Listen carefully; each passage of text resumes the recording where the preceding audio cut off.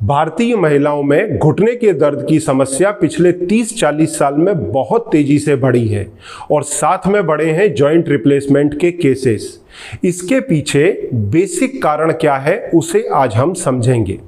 देखिए, ये एक बच्ची है जिसका वजन लगभग 40 से 50 किलो होना चाहिए। गोद में इसके प्यारा सा बच्चा है जिसका वजन 10 से 12 किलो होगा। अगर इन दोनों का वजन जोड़ दें तो ये लगभग 60 किलो के आसपास होना चाहिए। अब इस बच्ची को अगर हम अकेले बोलें वॉक करने के लिए तो ये 3 किलोमीटर 5 किलोमीटर भाग करके भी जा सकती है, परंतु अगर हम इसे बोलें कि इस बच्चे को साथ में कैरी करके आप चलो तो मुश्किल से ये 1 या 2 किलोमीटर चल के रुक जाएगी, इसके पैरों में दर्द होने लगेगा। अब इस सिचुएशन में हम थोड़ा सा बदलाव करते हैं। देखिए, महिला का वजन लगभग 50 किलो और बच्चों का वजन हमने थोड़ा सा बढ़ा दिया है, ये लगभग 20 किलो के आसपास होना चाहिए। मतलब दोनों का वजन मिला करके रहेगा लगभग 70 किलो। अब इस स्थिति में क्या आप उम्मीद कर सकते हैं कि ये महिला 2 किलोमीटर चल सकती है? मेरे हिसाब से ये आधा किलोमीटर चल ले वही बहुत बड़ी बात है, उसी में इसके पैर दुखने लगेंगे। अब आगे सिचुएशन में हम थोड़ा सा और चेंज करते हैं। देखिए, इस स्थिति में क्या आप इन महाशय से उम्मीद कर सकते हैं कि ये आधा किलोमीटर 1 किलोमीटर चल सकते हैं? महाशय का वजन लगभग 50 किलो, बच्चे का वजन लगभग 25 से 30 किलो, ये दोनों का पैकेज लगभग 80 किलो का होगा। ऐसी स्थिति में ये 10 कदम नहीं चल सकते तो आप इनसे 1 किलोमीटर 2 किलोमीटर चलने की उम्मीद नहीं रख सकते। अब इसे हम हमारे आज के कॉन्टेक्स्ट में समझने की कोशिश करेंगे। देखिए, हमारे देश के अंदर भी जब महिलाएं यंग होती हैं 20 से 30 साल की उम्र में, उनका वजन होता है लगभग 40 से 55 किलो के बीच। पर जैसे जैसे मैरिज के बाद में बच्चे होते हैं, लाइफ सेडेंट्री हो जाती है तो वजन बढ़ने लगता है। यहां आप एक चेंज को समझना, वजन धीरे धीरे बढ़ रहा है पर उम्र के साथ में हड्डियां कमजोर हो रही हैं, जोड़ कमजोर हो रहे हैं और इस बच्चे का वजन जो था वो हमने अपने बॉडी में धीरे धीरे इनकॉर्पोरेट कर दिया और यहां पे बढ़ा क्या? फैट, ना कि हड्डी की मोटाई दुगनी हुई। कि आप बोल सकते हैं कि वजन बढ़ा है तो क्या हुआ, हड्डी भी मजबूत हुई है, अब तो ये महिला भाग सकती हैं। तो ऐसा नहीं है, हड्डियां वैसी ही हैं, उल्टा उम्र के साथ कमजोर हुई हैं पर वजन फैट का बढ़ा है। तो ऐसी स्थिति में आप उम्मीद नहीं कर सकते कि ये 5 किलोमीटर पैदल चल पाएंगी। तो ये मुख्य वजह है दर्द बढ़ने की और ये हो गया है अब न्यू नॉर्मल हमारे फैमिलीज में। अभी मुझे मौका मिला एक फैमिली फंक्शन में पार्टिसिपेट करने का, वहां मैंने देखा सभी महिलाओं का वजन 70 किलो के ऊपर है। जब मैं फंक्शन में गया तो लगभग 28 महिलाएं थीं, उसमें से मैंने काउंटिंग किया 22 महिलाओं का वजन ओवरवेट, 6 महिलाएं नॉर्मल वेट में थीं, उसमें से भी 4 30 साल के नीचे, 2 या 3 40-45 प्लस। तो ऐसी स्थिति के अंदर वजन तेजी से बढ़ने के कारण घुटनों के ऊपर प्रेशर आता है और घुटने की समस्या शुरू होती है। और आप ये मत समझना कि ये मैकेनिकल प्रेशर ही काम कर रहा है।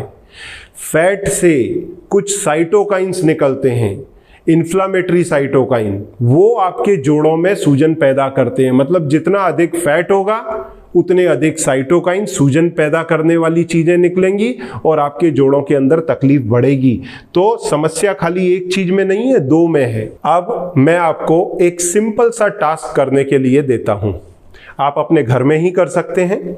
ये टास्क आप करके देखें। अगर आपके हस्बैंड आपको इजीली कैरी कर लेते हैं देन नो प्रॉब्लम, आपके जॉइंट्स और आप सुरक्षित हैं, पॉसिबल है 65-70 साल तक आपके घुटनों में कोई तकलीफ ना हो।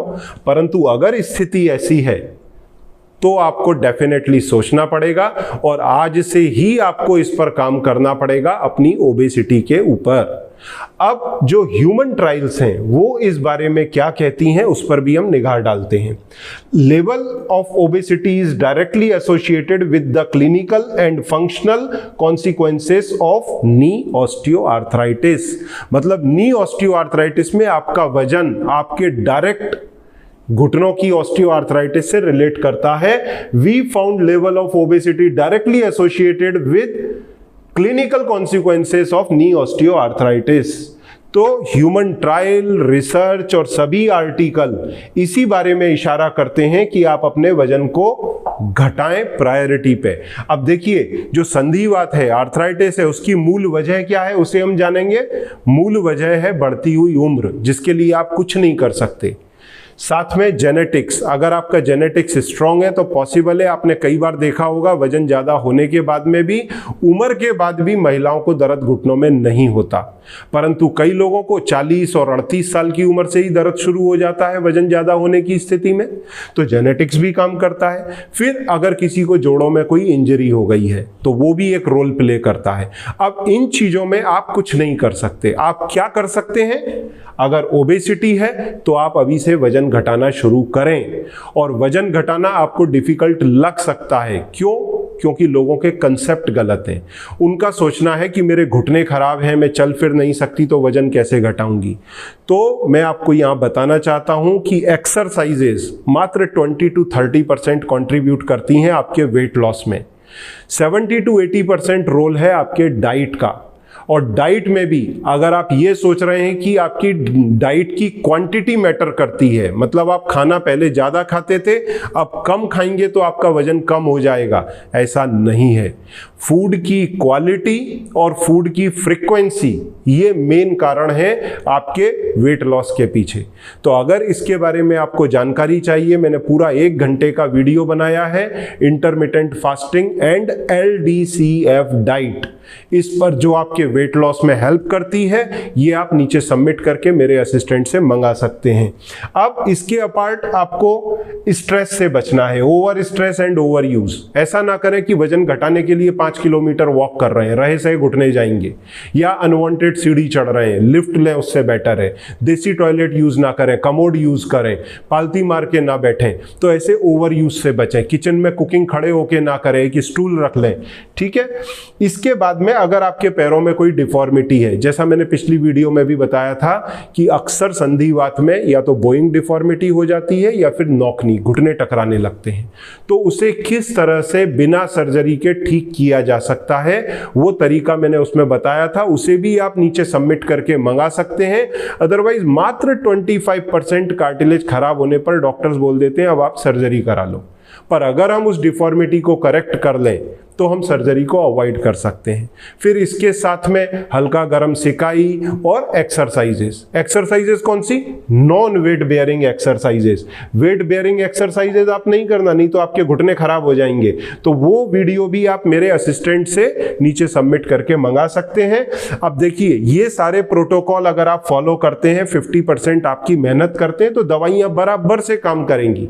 मोस्टली लोग गलती क्या करते हैं? दवाइयों पर डिपेंडेंसी पूरी बना लेते हैं, तो 30, 40, 50% तक रिलीफ आता है, बाकी रिलीफ नहीं आता तो आखिरी में उनको सर्जरी करानी पड़ती है। पर अगर आपने आपका ये 50% प्रोटोकॉल जो मैंने आपको बताया, weight loss, over stressing, exercise, hot fermentation, ये सारी चीजें और डिफॉर्मिटी करेक्शन, ये 5 चीजें आप मेन करते हैं, तो दवाइयों के साथ में आप अपनी सर्जरी इजीली अवॉइड कर सकते हैं। अब जो मेन कारण है आपकी सर्जरी का, वो क्या है? आपके घुटने के अंदर गादी का पतला हो जाना, और दूसरा फ्लूइड की क्वालिटी, जो साइनोवियल फ्लूइड है उसकी क्वालिटी का खराब हो जाना। तो इससे कैसे बचा जाए? वो कौन सी दवाई है जो गादी की मोटाई को घटने से बचाती है? तो अक्सर मैं बताता हूं कि ये सेंट्रल ड्रग रिसर्च इंस्टीट्यूट का रिसर्च प्रोडक्ट है, जिसमें उन्होंने देसी पालक से एक्टिव इंग्रेडिएंट निकाला और उसको उन्होंने नैनो टेक्नोलॉजी डेवलप किया, जिसको यूएस में पेटेंट किया। इससे आपके कार्टिलेज के सेल को स्टिमुलेट किया जाता है, जिससे आपके कार्टिलेज तेजी से मल्टीप्लाई होती हैं सेल, और उसकी थिकनेस मेंटेन होती है, कार्टिलेज रिपेयर होती है। इसे हमने डाला है जॉइंट फ्रेश में, इसको स्टार्ट करें। और साथ में जो सूजन और दर्द है जोड़ों में, उसके लिए 4 स्टेप्स लें।